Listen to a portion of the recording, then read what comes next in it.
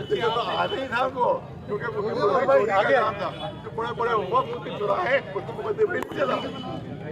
उन्होंने मर्डर किया यहाँ पर, मर्डर किया है वो एक जुमे के दिन रोजेदार का, उस पर कोई मुकदमा नहीं। ये कभी जेल से बाहर आते ही नहीं है कि असली मुकदमे इन पर चलते हैं। गवर्नमेंट को छोड़ना ही था इसलिए छोटे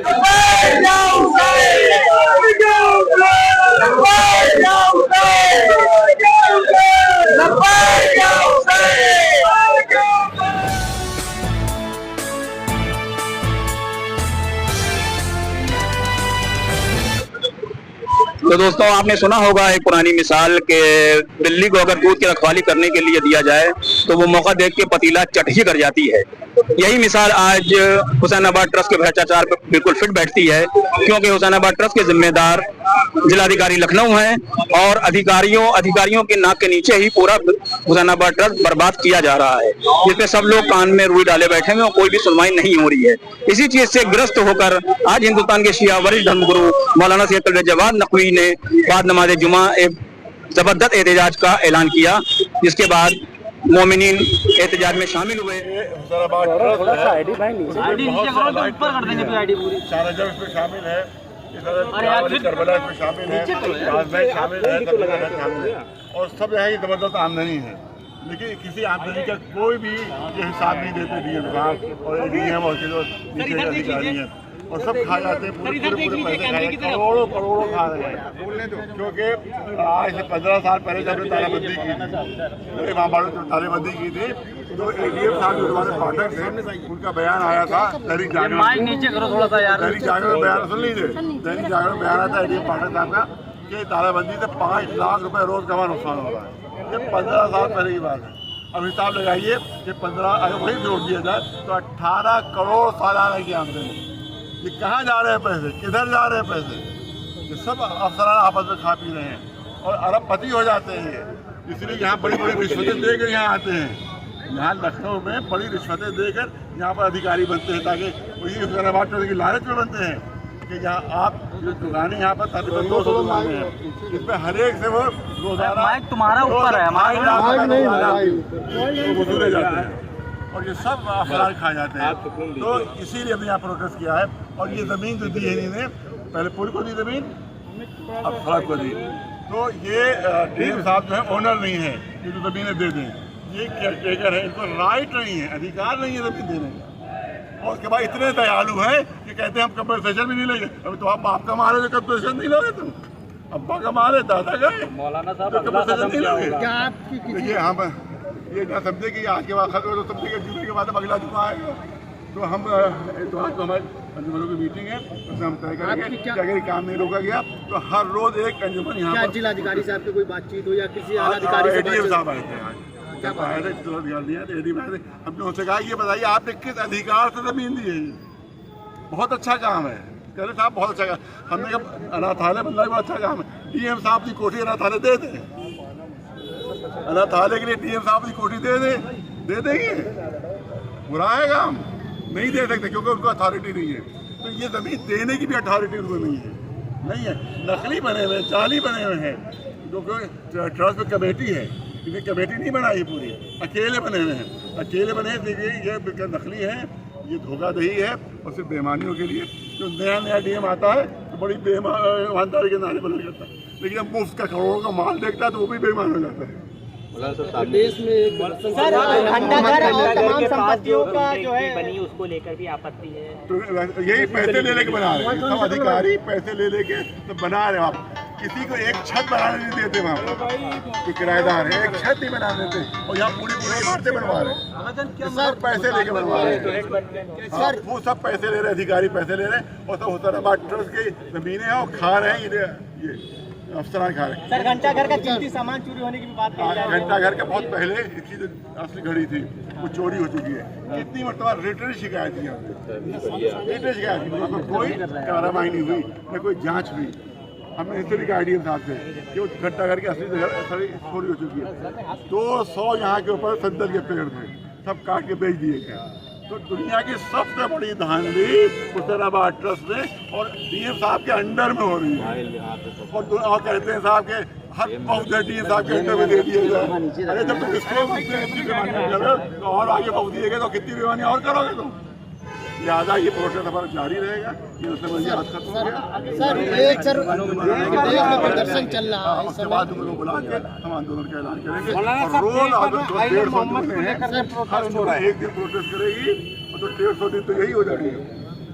उसके बाद से रिपीट हो गया रॉयल फैमिली के साथ नकली रॉयल फैमिली ये एनआई का आप नीचे करो सर बोले साहब आइलम मोहम्मद को लेकर देश भर में प्रोटेस्ट हो रहा है।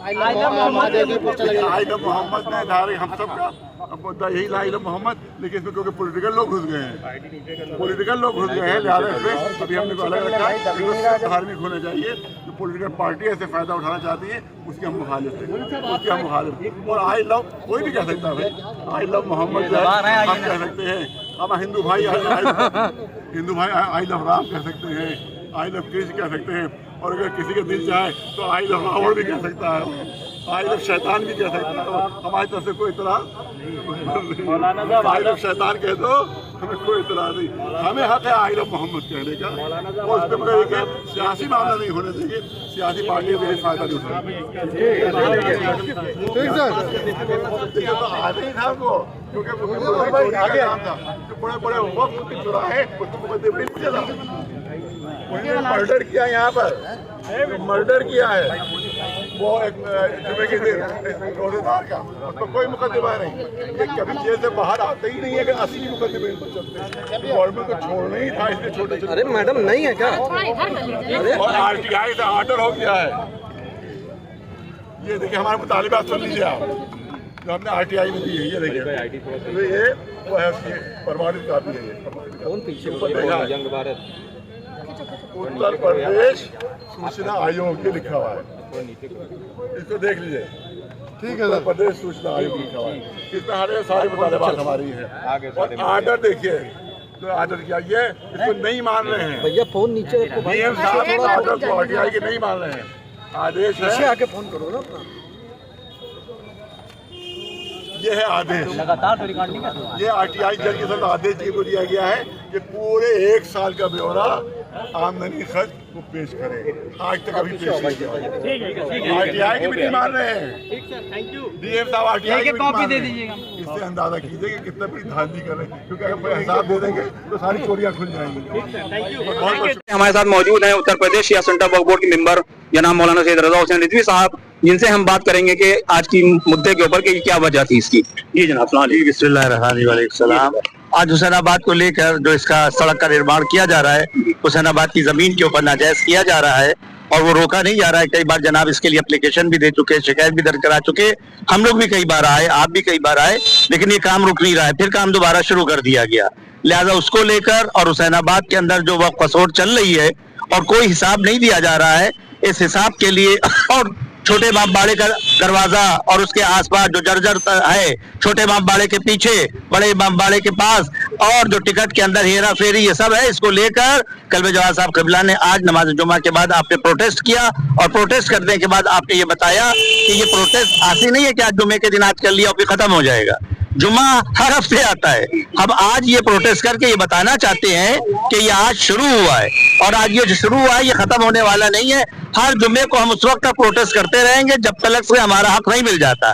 अब ये ना सोचे कि हम लोग सो गए हैं, अब हम लोग देख नहीं रहे हैं, हम लोग इसके अंदर कुछ कर नहीं सकते हैं। हम लोग बराबर एहतजाज करते रहेंगे, और शान अवध कमेटी और हम लोग इंशाअल्लाह जब तलक से अपना हक हुसैनाबाद का नहीं ले लेंगे, उस वक्त तलक घर के ऊपर खामोशी से नहीं बैठेंगे। हमारे लीडर मौलाना कल्बे जवाद साहब क़िबला ने एहतजाज शुरू कर दिया है। हम लोग उलमा सब साथ में हैं, हमारी जितनी रॉयल फैमिली है वो सब साथ में है। इंशाअल्लाह जिस सूरत से हमारा हक है, एक ईंट भी अगर इसकी नाजायज बेची गई, दी गई, तो हम उसके लिए खड़े होंगे और उसके लिए कोर्ट भी जाएंगे और यहाँ से सुप्रीम कोर्ट तक मुकदमा लड़ेंगे। बहुत बहुत शुक्रिया हमसे बात करने के लिए। दोस्तों, हमारे साथ मौजूद है इस टाइम पे मजलिस उलमा हिंद के मेंबर मौलाना सैयद आदिल फराज साहब, इनसे हम इस मसले पे कुछ बात करेंगे। जी अस्सलाम, क्या था मामला पूरे मौलाना? देखिए, वक्फ हुसैनाबाद में जो बदगुमानियाँ हो रही हैं और अफसरों के जरिए जो मुसलसल यहाँ पे नाजायज कब्जे करवाए जा रहे हैं, जो भ्रष्टाचार हो रहा है, उसके खिलाफ मौलाना कल्बे जवाद साहब की क़यादत में एहतजाज हुआ है। और अभी आप देखें जो आपके सामने सड़क है, जो पुल उतर रहा है इसके बराबर में, ये शामिल की गई है सड़क में, ये जमीन जो ट्रस्ट की थी, जबकि ये सड़क खुद ट्रस्ट में है। लेकिन पहले ये सड़क बनी हुई है, चलिए रफाए आम की चीज है, लेकिन अब उसको बगैर किसी यानी नोटिस के, बगैर किसी उसके कि भाई हुसैनाबाद ट्रस्ट क्या चाहता है, क्या एग्रीमेंट हुआ है, कुछ पता नहीं है, और उसको सड़क में शामिल करवा दिया डीएम साहब ने।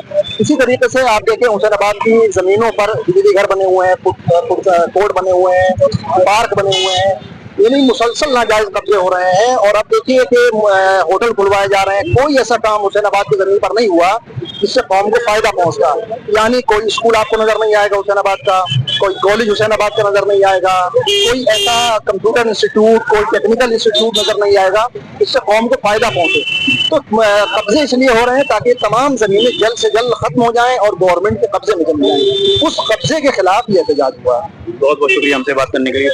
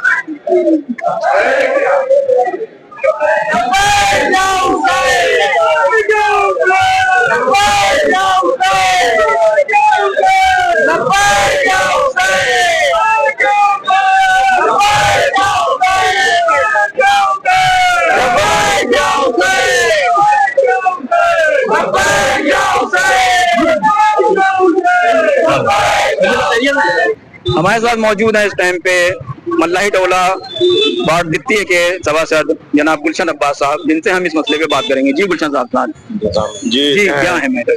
मैटर ये है कि हुसैनाबाद ट्रस्ट ये प्रॉपर्टीज है और इसको जो है एलडीए के थ्रू काम हो रहा है यहाँ पे।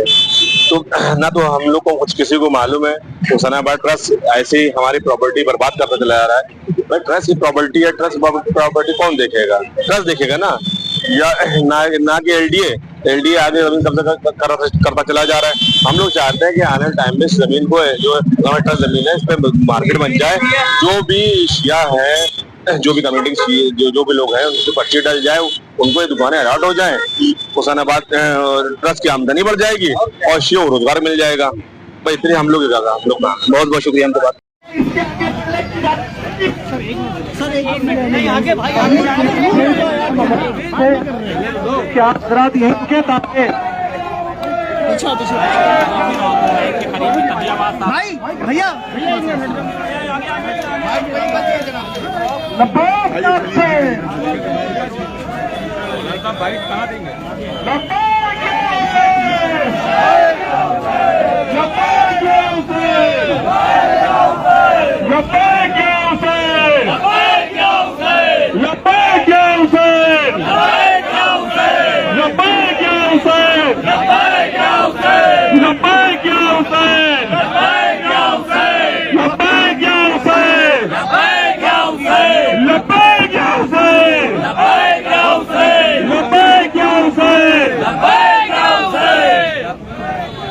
वक्त की जमीनों पर जिला इंतजामिया के जरिए नाजायज कब्जे का इल्जाम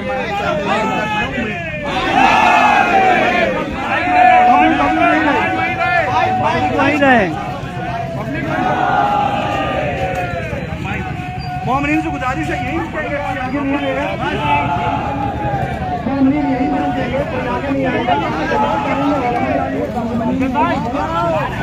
नहीं अरे वो भाई क्या आईडी लगाइए, आईडी आईडी लगा लीजिए, धक्का मत देना, बाद में कर लेना। अरे बाद में भी हो जाएगी, बाद में हो जाएगी यार। दीदी है इधर है, इधर हाँ बोल सर, आज आप प्रोटेस्ट कर रहे हैं, क्या मामला है? हाँ, अरे आपका फोन आ रहा है। अरे फोन नीचे कर लो, एकदम चेहरे में चेहरा दे रहा हूँ।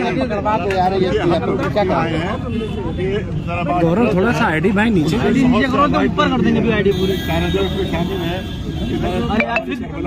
नीचे आप फोन भी तो लगा है और सब है जबरदस्त आमदनी है, लेकिन किसी आमदनी का कोई भी हिसाब नहीं देते। सर इधर देख लीजिए, सर इधर देख लीजिए कैमरे की तरफ। करोड़ों करोड़ों बोलने दो, क्योंकि आज से 15 साल पहले जब तालाबंदी पूरे इमामबाड़ों की तालाबंदी की थी तो ADM साहब जो हमारे पाठक थे उनका बयान आया था। माइक नीचे करो थोड़ा सा यार। दैनिक जागरण बयान सुन लीजिए, दैनिक जागरण बयान आया था ADM पाठक साहब का कि तालाबंदी से 5 लाख रुपए रोज कमा नुकसान होगा। ये 15 साल पहले की बात। अब हिसाब लगाइए कि 15 अगर वही जोड़ दिया था तो 18 करोड़ सालाना